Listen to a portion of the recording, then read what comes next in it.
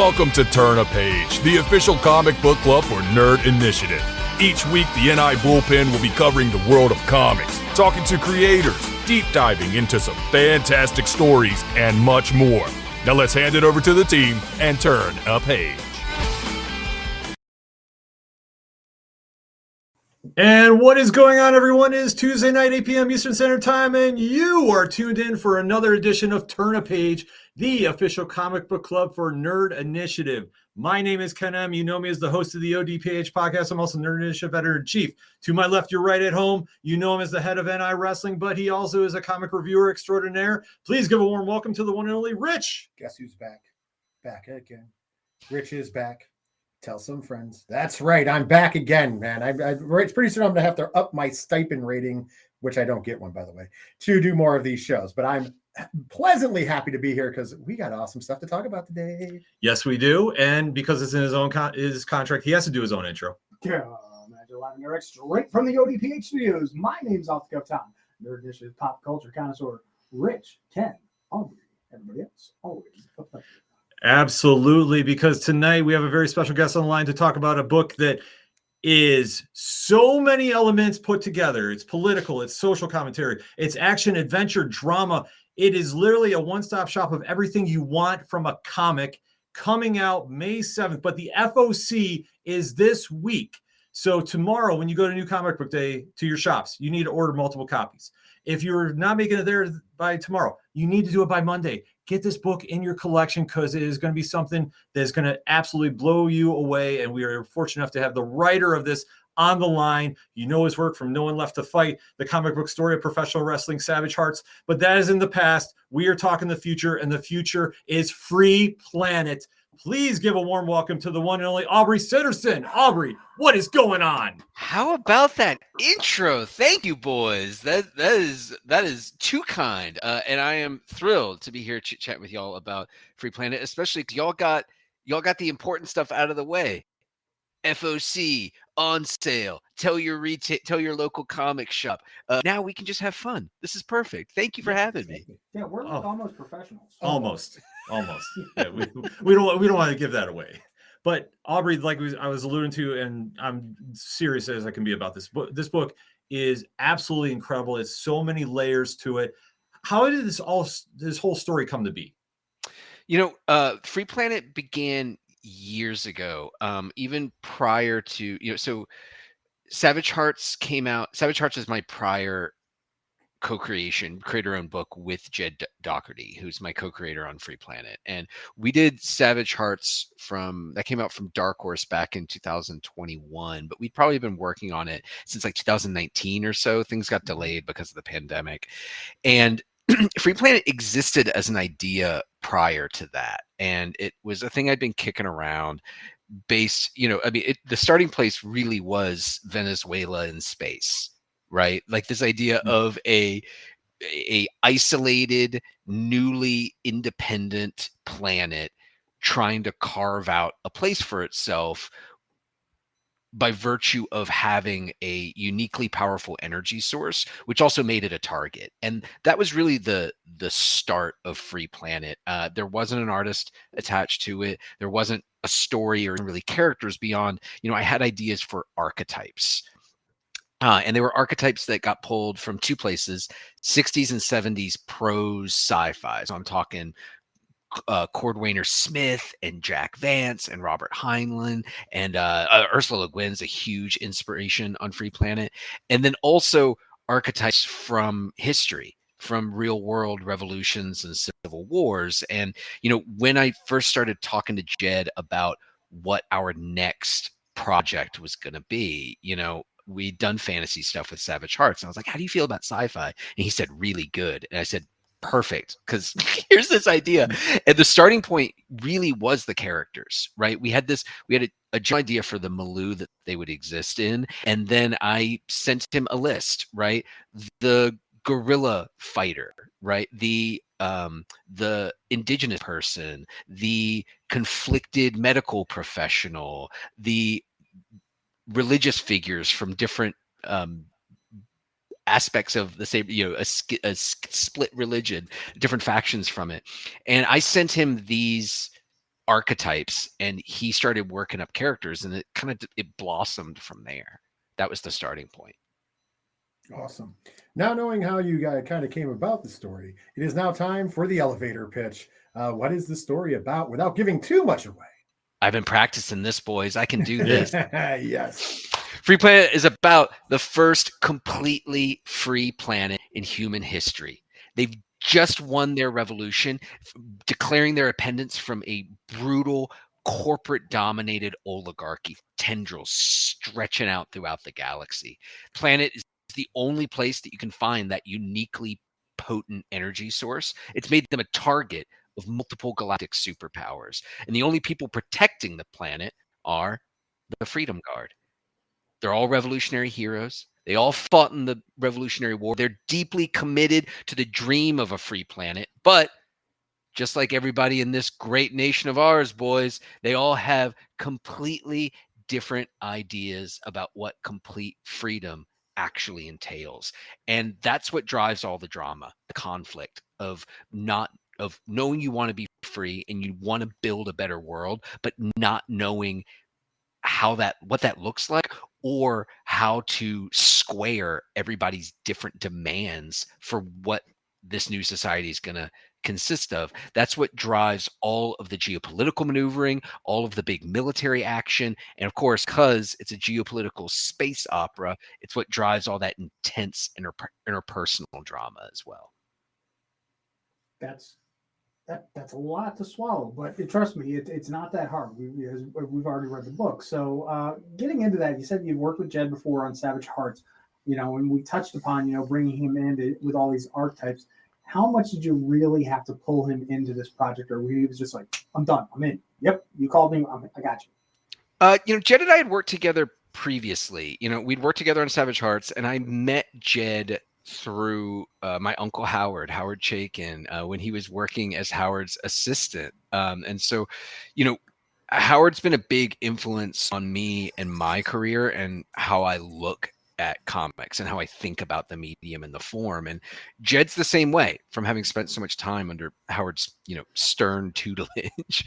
And so, we're in Simpatico, right? We have a very specific view of comics and how comics should work and how they best work. So Jed and I were looking for the next thing to do together. If it wasn't Free Planet, we would have found something else. But Jed responded to it. Jed has done a lot of fantasy stuff over his career, but not so much sci-fi. And he was really eager for a chance to dig into drawing, making up big guns and vehicles and ships and stuff like that, and drawing weird aliens. And that's been a huge part of his contribution, is the extensive design work that he's done for this stuff. Not just the characters, but everything. The attire for different ethnicities, the way that, the different guns and weaponry and munitions used by different factions and confederations, planets, all of that stuff has been ideated by Jed, and it's funneled back into the story that we're telling. It's very much a research and design led project. And, amid all the heavy design work that Jed's doing, I have done extensive research into real world revolutions and civil wars, primarily the 20th century, but also a little bit further back, in an effort to make this thing feel rich and intricate and lived in, right? To really contribute to the verisimilitude of the project. Yeah, and you can definitely tell it. Just going over the story is just rich is the perfect word to describe it, because it is so multi-layered that when you're trying to really break it down, it's elements that, like you allude to, is political, it's social, it's action, drama. It literally has everything rolled up into one, and it is something so easy to follow too. Like there's nothing that's super overbearing that I think overtakes anything, and that's something like a true testament to what you and Jed and the team are doing there. Because it is a story, like you allude to, a space opera, but it doesn't get sidetracked by anything. It just is so character grounded amongst all these elements. Like, it's truly amazing to see. Well, thanks, man. That means a lot to hear. And, I try not to use this word because it's a bad word in comics, but there's not really any getting around it. Free Planet's a dense book. It's dense. There's a lot there. It's dense in terms of the amount of words on the page, the amount of words in individual captions, as well as the visual information on the page, right? Jed doesn't skimp, right? Jed doesn't leave out backgrounds. He doesn't kind of like sketch things in. Everything is like, yeah, look at that. Yeah, just Everything throwing is this up here. Absolutely. Yeah. So, it's a dense book. It's a lot to take in. And, I'm very fortunate in that I, we thought, and we can talk more about this too, if you'd like, but, that density and that richness was part of the thesis statement for the book. It really wasn't, we wanted to make something richer and more complex and more challenging than our previous work, which we're proud of, but we wanted more, right? We want to push things more. And it would, that density, especially in terms of text and all those big captions and balloons you see all over the place, it works. It does work, and it doesn't feel overbearing. And the reason it doesn't feel overbearing is because of Jed. Is because Jed does, like, he doesn't just do balloon placements at the layout stage. Balloon placements are part of the layouts, and that's very much a Chaykin thing, right? And that's the influence of Howard Chaykin on Jed's work, is that, when he sends layouts over to me, they are done in consideration of all these big chunky captions, such that the pages are overwhelming and there's a lot on them and there's a lot to take in.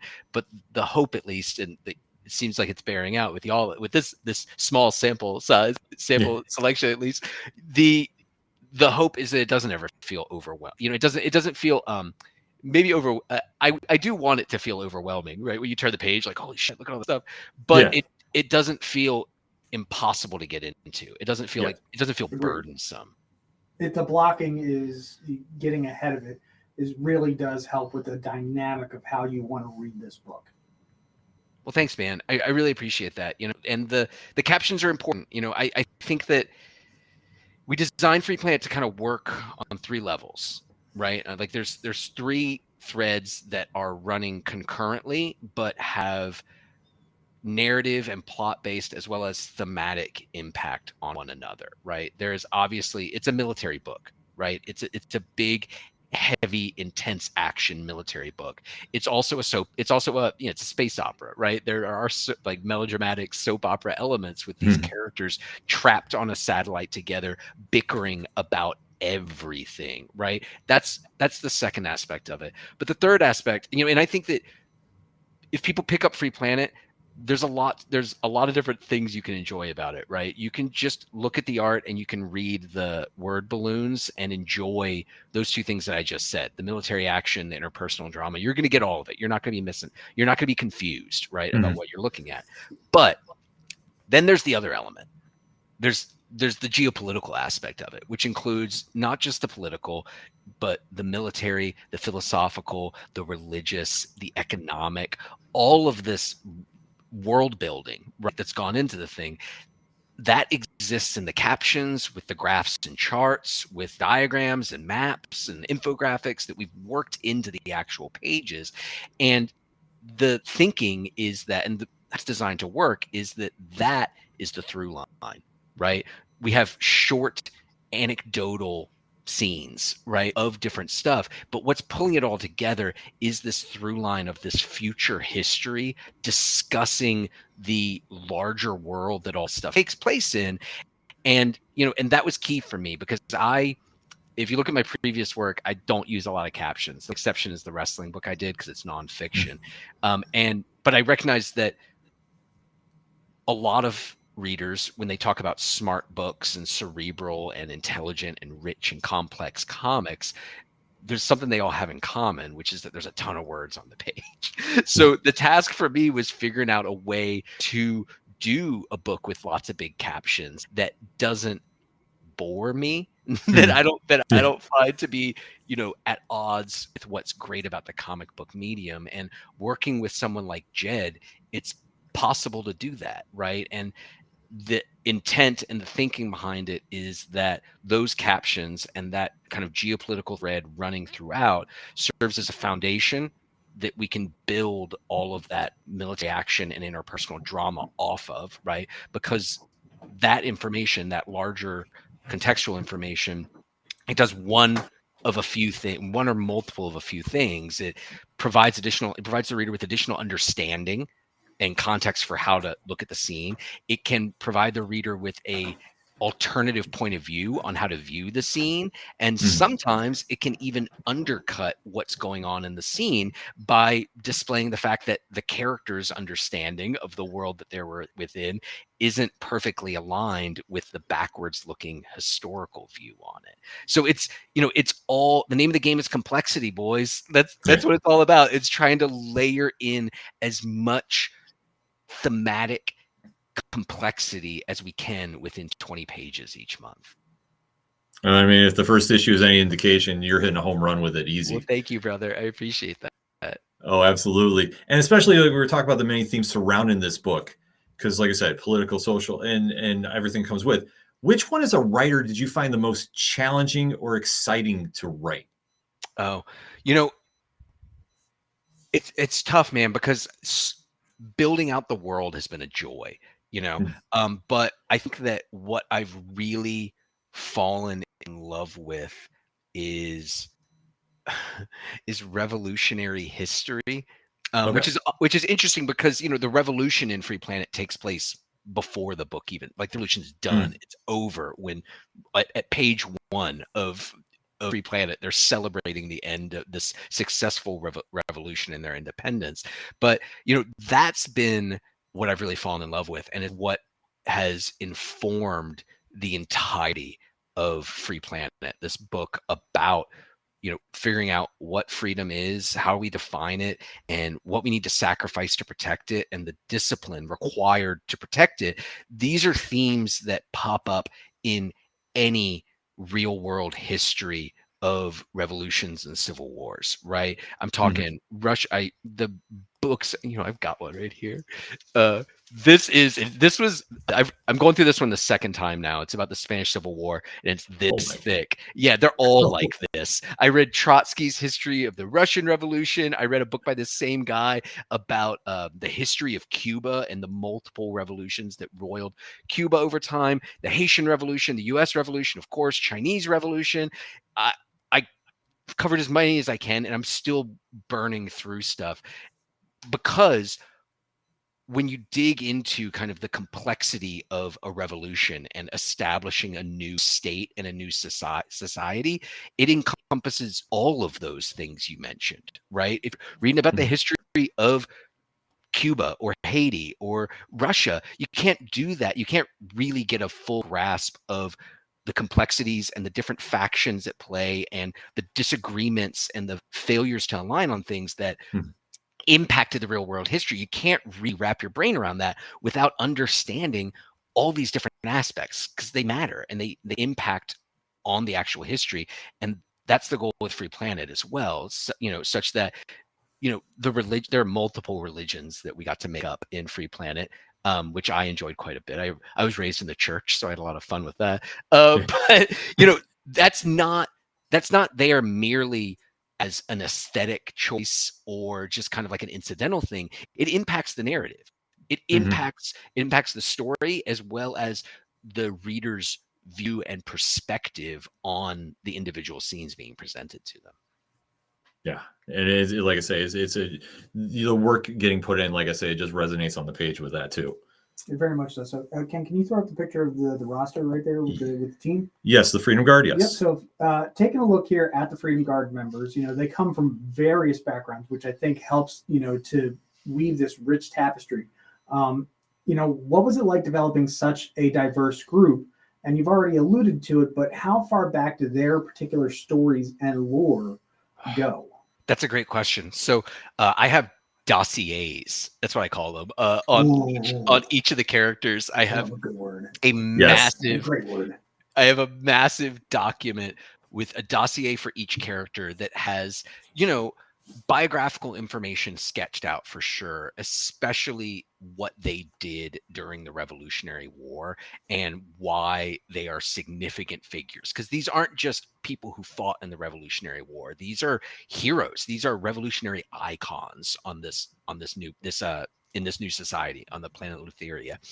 And so I have that stuff sketched out and, detailed information about their role in the revolution. But I'll tell you what, the bulk of my dossiers are about the individual characters' beliefs vis-a-vis philosophy, politics, religion, economics. And, that's important to me. And I refer back to it constantly when I'm working on the book, because again, the goal is to have this richness, right? And the richness comes about from the complexity of the disagreements, right? And all these people who ostensibly agree to the same thing, but cannot get on the same page about stuff. And so, to further blow that out, for every single member of the core cast, I also have like sentiment descriptions for each other member of the cast, right? So there is discussion of what Keen and Fueja agree about, as well as what they disagree about, and what the pain points are. And that exists for the entire cast, so that we have this complex, and that was really the goal, right? Free Planet is different from a lot of comics, and definitely from the ones that I've worked on, in that we didn't come up with a narrative and then figure everything else out. The narrative is almost incidental. There's a story, to be sure, but the appeal and the interest of Free Planet is giving readers a chance to spend time in this complex, fully fleshed out world with complex, fully fleshed out, realistic characters. And then the drama just arises naturally after that, because you choose any event that could take place with like, I don't know, say a trade war, right? Like anything that might come up within the context of a new nation, or maybe a not so new nation. You bring that up and you throw that into the mix, and it's easy to determine how these characters would feel about it, given how much we fleshed them out ahead of time. That perfectly segues into the next one. Where is the balance between your tech, mysticism, militaristic type characters? How did you, as a writer, give them each enough time to shine and also to have this inner turmoil? Well, it's tough, man, honestly, because y'all have read the first issue, so there are quite a few members of the Freedom Guard who don't really get a lot of page real estate in this first issue. And that is, one of the overarching goals of this first arc, right? Of this first 6 issues, which, check this out. The first 6 issues, completely done. Nice. All colored and lettered. Yeah. If you all behave yourselves, maybe I'll give you a sneak peek of some of this in a little bit here. But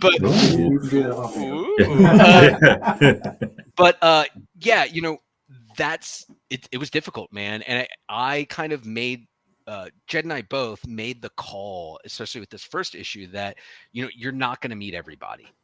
It's just not viable. Yes, sure. With the level of complexity. So that is kind of the fun thing, is each issue, especially early going like this, and it's ongoing, right? So we're hoping, my dream is Free Planet to be the length of Free Planet to be measured not in issues but in feet. I want a full bookshelf of this stuff, right? But in the early going, a big part of the driving narrative and how it's structured is introducing everybody to these people, and not just who they are now, but what they did during the revolution. Well, you get a little bit of that in the first issue with Gloria and Talon. You see kind of the roles that they played in the revolution.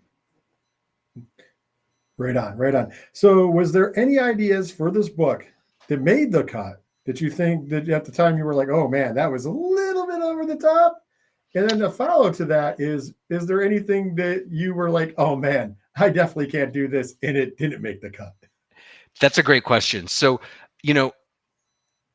Jed and I both have a tendency to veer wacky, right? If you've read our Savage Hearts book, you can see that if you read our the Archie one shot we did, you get it, right? We like veering into the more outre gonzo elements of comics. It's one of my favorite things about comics, because you have the freedom to do all of this stuff, right? You don't have to worry about things like physics or special effects budgets, or, especially on a creator-owned book, the amount of people who have to weigh in on it are very, very small compared to other types of visual mediums. So, that's something I really like to revel in. But I came to the determination that y'all are wrestling fans, so you'll appreciate this. Funny ain't money. True. Right. A lot of my work veered into humor and veered into the gonzo and the outre. And I think as a result, there has been this perception that my work is slight and ephemeral and not rich and complex. And Free Planet was designed to be a refutation of that. So, we went back and forth a lot about some of the more gonzo elements. I'll show him to you. How about this little sneak peek? In issue 3, we meet our very first and the only truly alien member of the cast. That's Ambassador Ural Ken, and he's completely alien. There's no face, no eyes, no mouth. So the problem is he can't emote. The solution we landed on was make that sumbitch a mood ring. So, so whatever, depending on what his emotional state is, his head color as well as his balloon color will match this key provided, this legend right here. But the emotions, they're not things like happy, sad, angry, like human emotions. They're complex, resigned, obedient, serene, detached, remorseful, reluctant, things like that.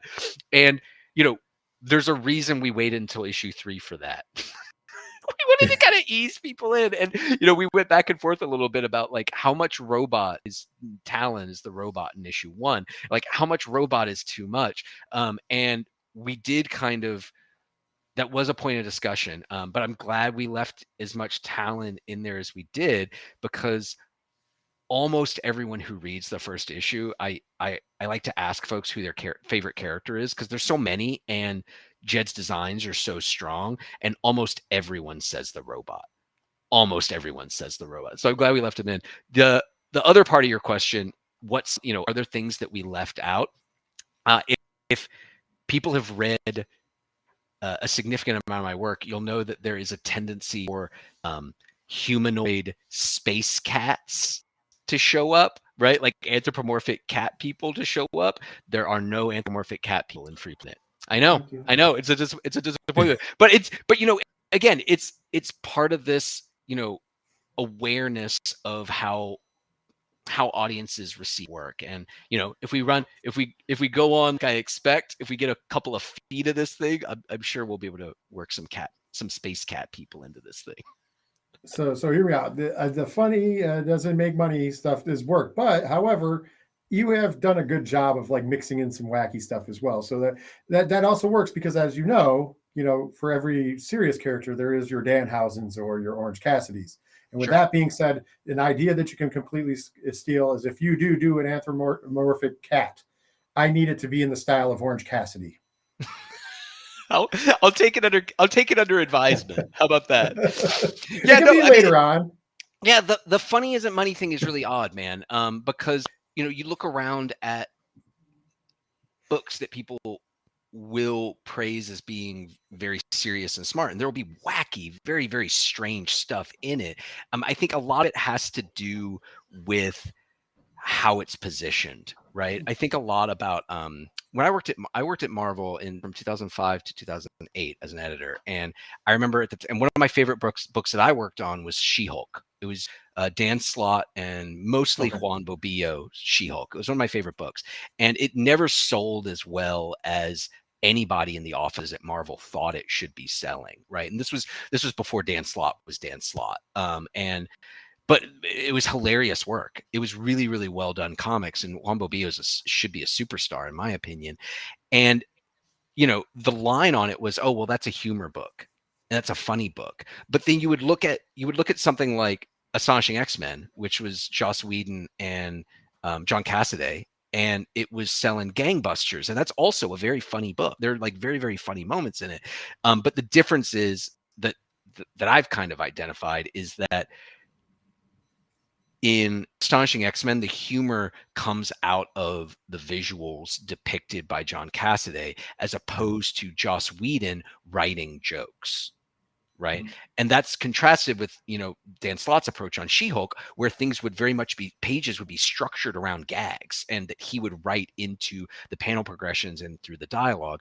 And that's something we've tried to, and, so when Jed and I did Savage Hearts, much of that book is structured and paced like newspaper strips and Franco-Belgian comics, especially like Hergé, right? And so it's very much baked into it. And so it feels like a humor book.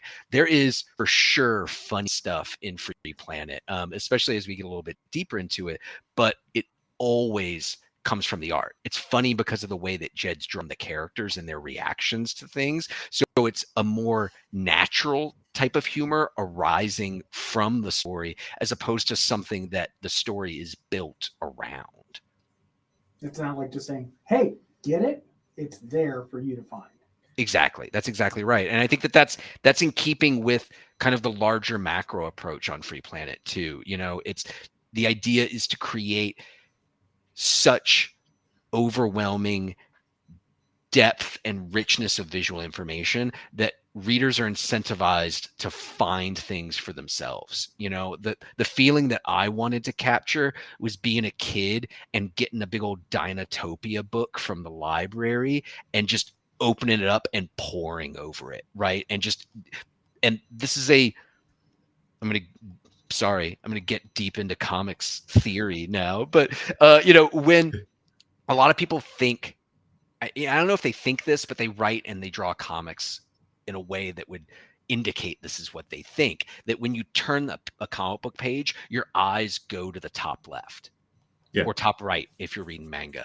That doesn't happen. They've done oodles of cognition studies and eye tracking movements. What actually happens, whether you're reading comics or anything else, when you turn the page, your eyes bounce all over the place. Right? Your eyes take in the entirety of a spread, whether it's a spread or not, immediately upon turning the page. Then you go back and you read in whatever reading order is incentivized and encouraged by the book, and then you take it in again.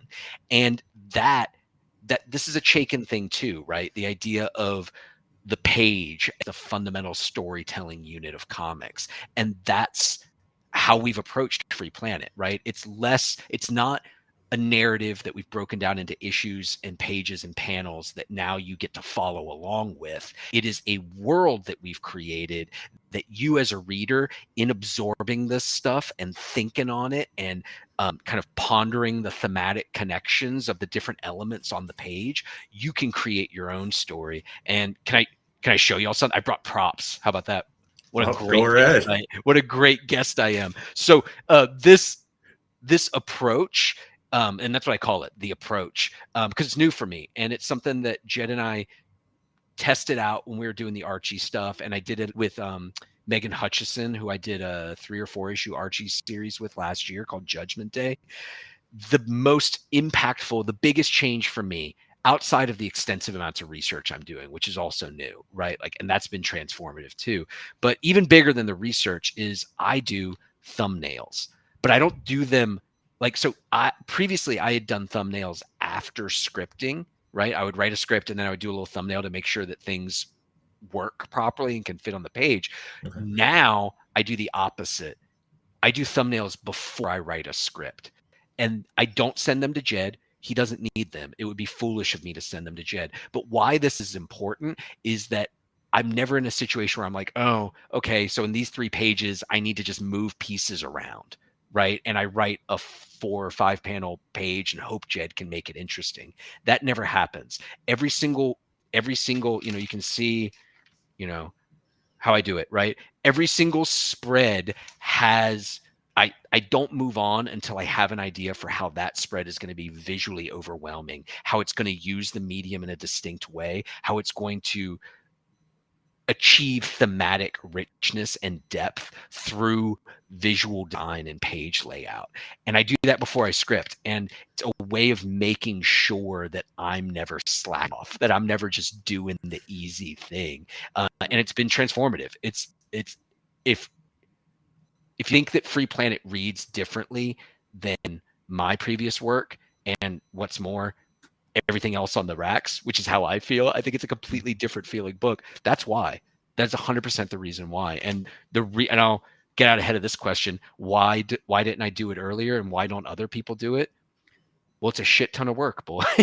It's backbreaking labor. It's so difficult. Like it all is. I mean, that's the thing. That's the thing about the approach, inclusive of the research, the design work, and thinking about comics primarily as a collection of pages.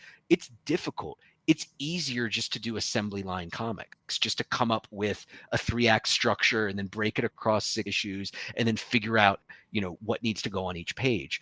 It's how I've done most of my work. It's how most comics are put together. Doing it in a different way nets us something different and something I think is better. I think it's the best thing that Jed and I have ever done by a wide margin, and this is why. That's so interesting to hear. Like I'm just processing that, and just, I mean, to set it up, to flip how to do in scripts like that. I mean, you can definitely tell like the book has a different style to it when you read it, and now knowing that piece to it, I mean, it does make a lot of.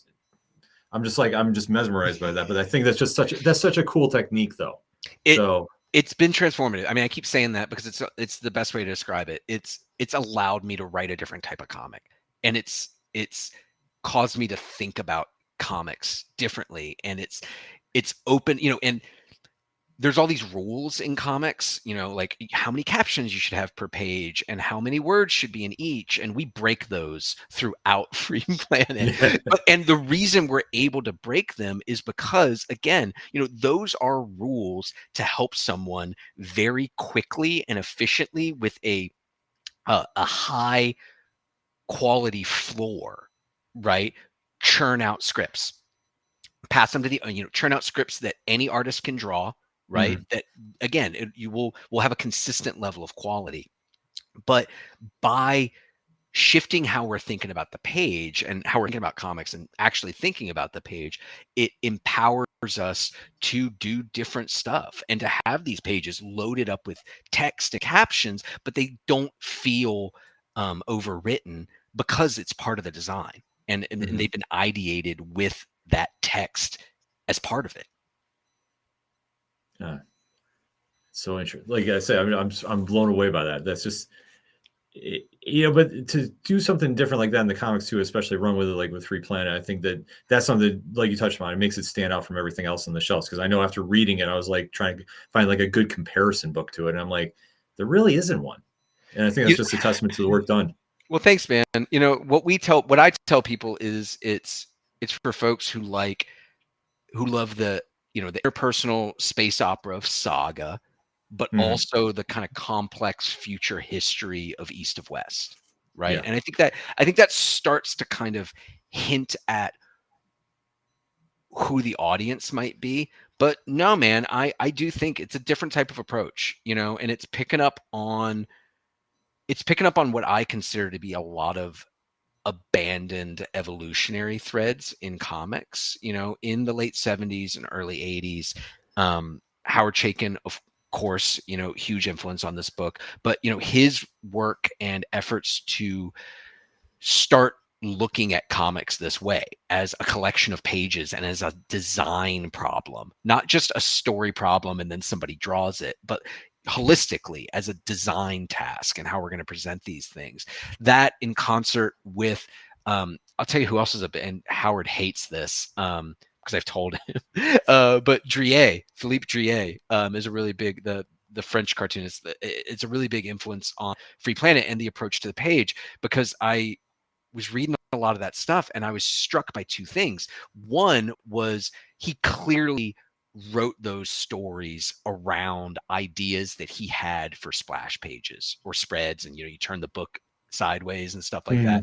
And the stories were clearly written around those, and the stories were dreadful because they were just kind of I'm taking shots at Drier, but it's like that Lone Sloan stuff. It's more or less Elric fan fiction, and it's really just built around him having these big spreads and this idea, these really cool ideas for these big expansive spreads that you can get lost in.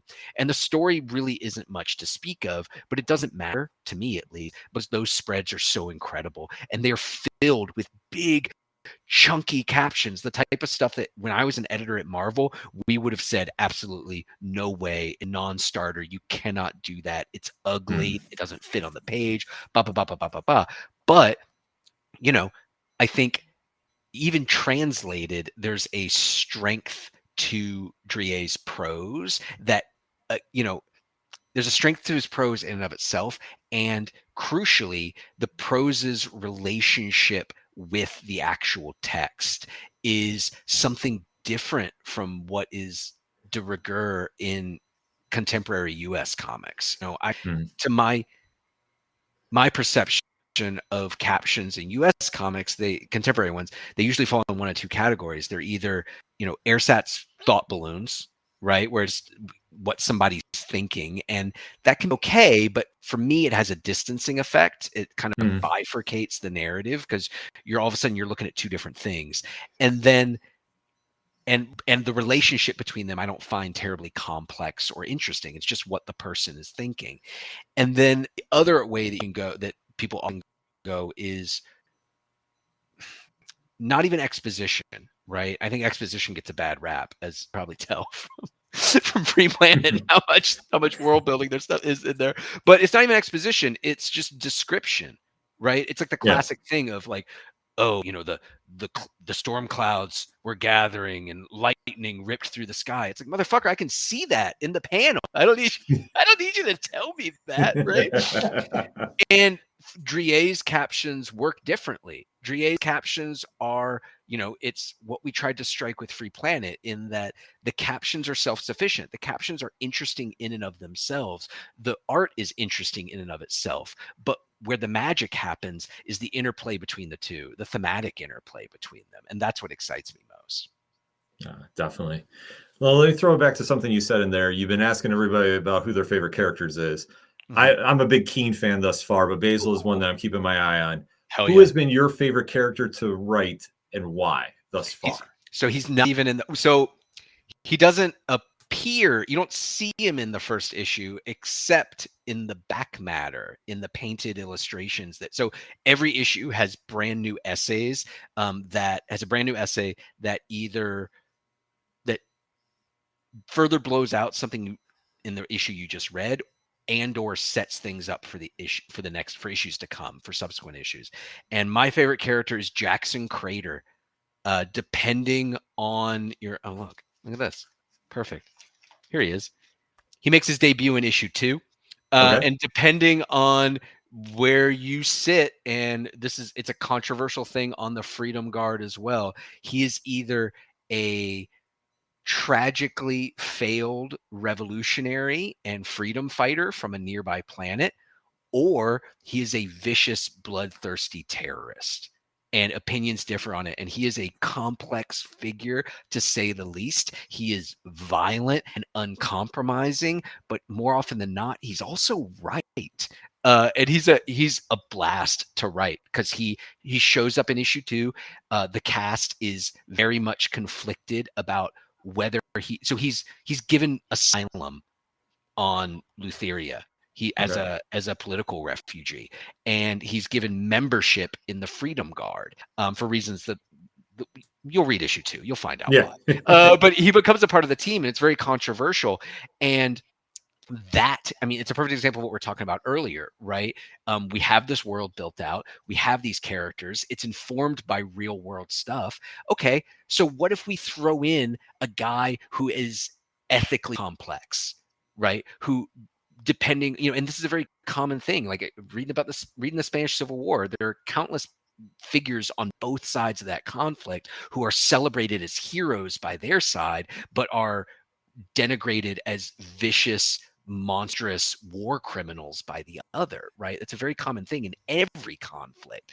And so what happens, when we throw him into the mix, and the answer is chaos. Everybody, it's just more of this conflict. So he's been my favorite to write. Absolutely.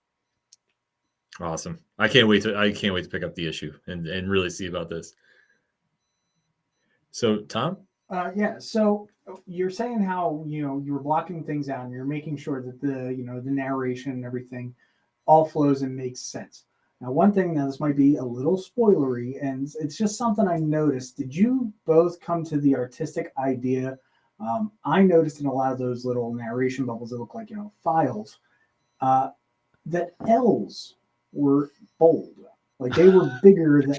Like I'm like, am I supposed to be like counting these, reading code? Like, is this a little Easter egg? Is there something, or is this just messing? I love that you brought this up. I did a podcast with Casually Comics on YouTube with Sasha from Casually Comics, and she brought up the exact same thing. She's like, Aubrey, I've been, I don't want to question your art, and I feel like I'm missing something, and like, what do these bolded L's mean? And I panicked because I was like, what is she talking about? And I pulled out, I have we did ash cans for Comics Pro to hand out to retailers so they could see what this thing was like. And I tore through it and I could not find a single example of what she was talking about. It's weird PDF artifacts. It's just like a weird glitch. I apologize for the sleepless nights you've suffered trying to figure out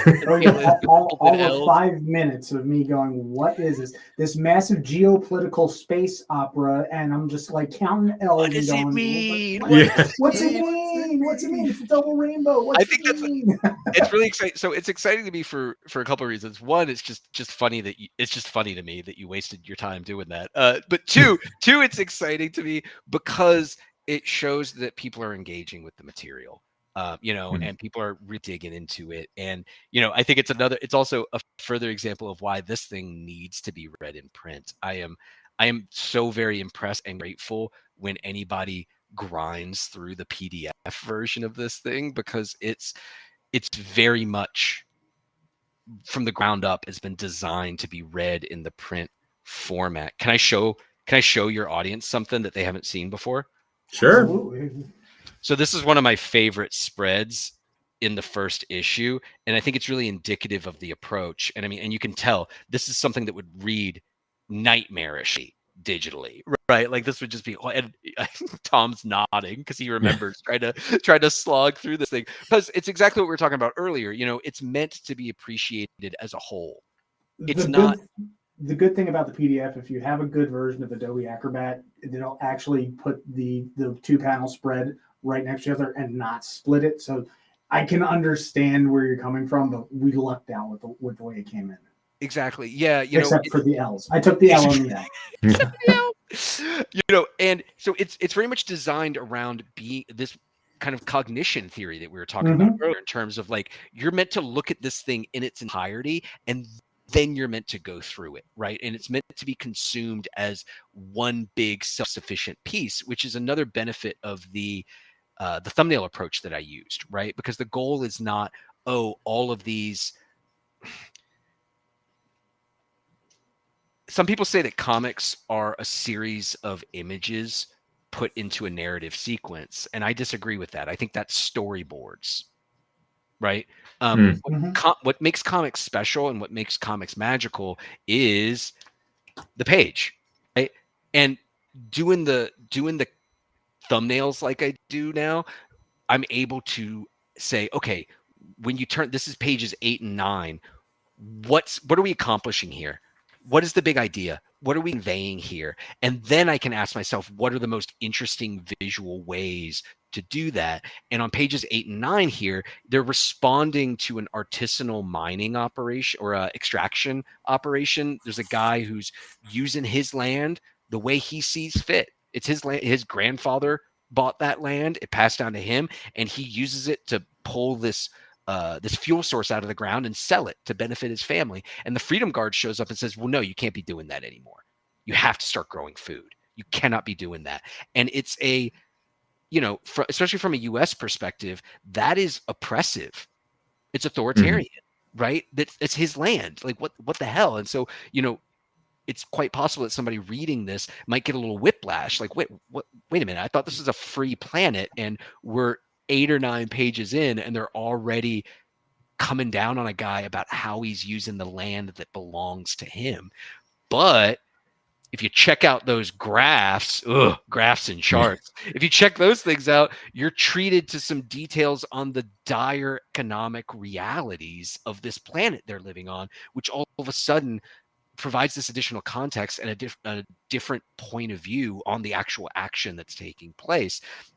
And, that to me is a sterling example of kind of the larger Free Planet approach and how the complexity of the geopolitical world building is meant to inform and change reader perceptions of the action on the page. And it only works. And this type of approach, this type of spread, if you're only viewing it a piece at a time, if you're only looking at that, and then you're looking at this, and then you're looking at that, it's not the same experience. You need to look at this whole thing all together and maybe bounce back and forth, look at the charts for a little bit and go back to the panels, then look at the charts again, the caption.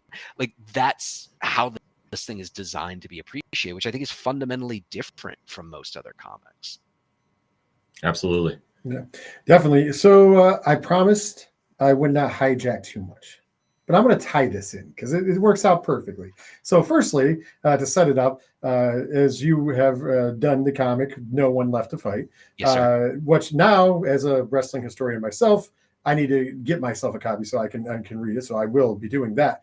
But because mixing in Free Planet, you have a robust amount of characters. Mm-hmm. And there's this little something in pro wrestling that's called, we have battle royals, but there's the big one, which is called the Royal Rumble. Yes, sir. If Free Planet was to break down into a Royal Rumble with all its characters, and even some probably we haven't met yet, who do you think would be walking away the winner of the Free Planet Royal Rumble? Oh, it's Katya.